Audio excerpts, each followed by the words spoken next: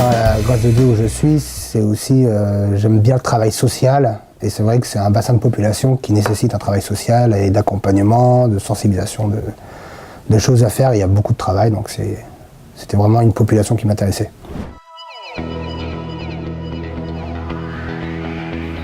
Le bilan a été vite fait sur la démographie déclinante dans le secteur de l'Orne. Et on a voulu nous regrouper avec tous les professionnels de santé avec l'aide de la mairie, principalement la mairie de La Ferté-Macé. Derrière, l'URML a permis d'insuffler un vent positif.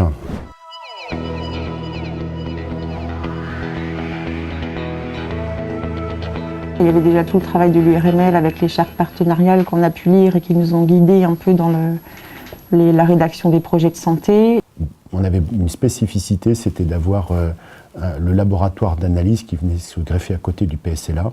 Nous, on travaille majoritairement beaucoup avec les infirmières et puis avec les kinés, avec qui on échange, ils nous font des bilans, et puis dès qu'ils ont un souci, on se passe un coup de fil, on a une ligne interne bien sûr. Si on a besoin, après une consultation, d'une prise de sang, hop, ils s'arrêtent avant de partir chez nos collègues infirmiers.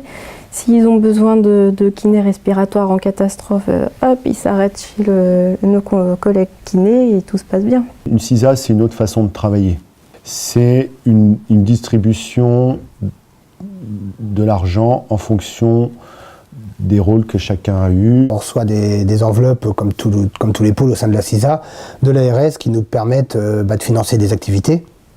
Ou par exemple, c'est grâce au nouveau mode de rémunération, où par exemple on a pu créer un poste de secrétariat avec une secrétaire qui est dédiée à la CISA. On a mis sur pied un projet de télémédecine avec le CHU de Caen, qui a commencé en octobre quasiment en 2014, qui est opérationnel avec les infirmiers. On a débuté un projet d'application d'un protocole avec l'ARS, un protocole d'éducation thérapeutique qui est validé au plan national qu'on va appliquer ici. Le rôle de la coordinatrice au sein du PSLA, c'est d'organiser les projets, les réunions, d'être le tampon avec les différents acteurs de santé, de l'ARS, en passant par la mairie, et tous les problèmes qu'on peut avoir au sein du PSLA.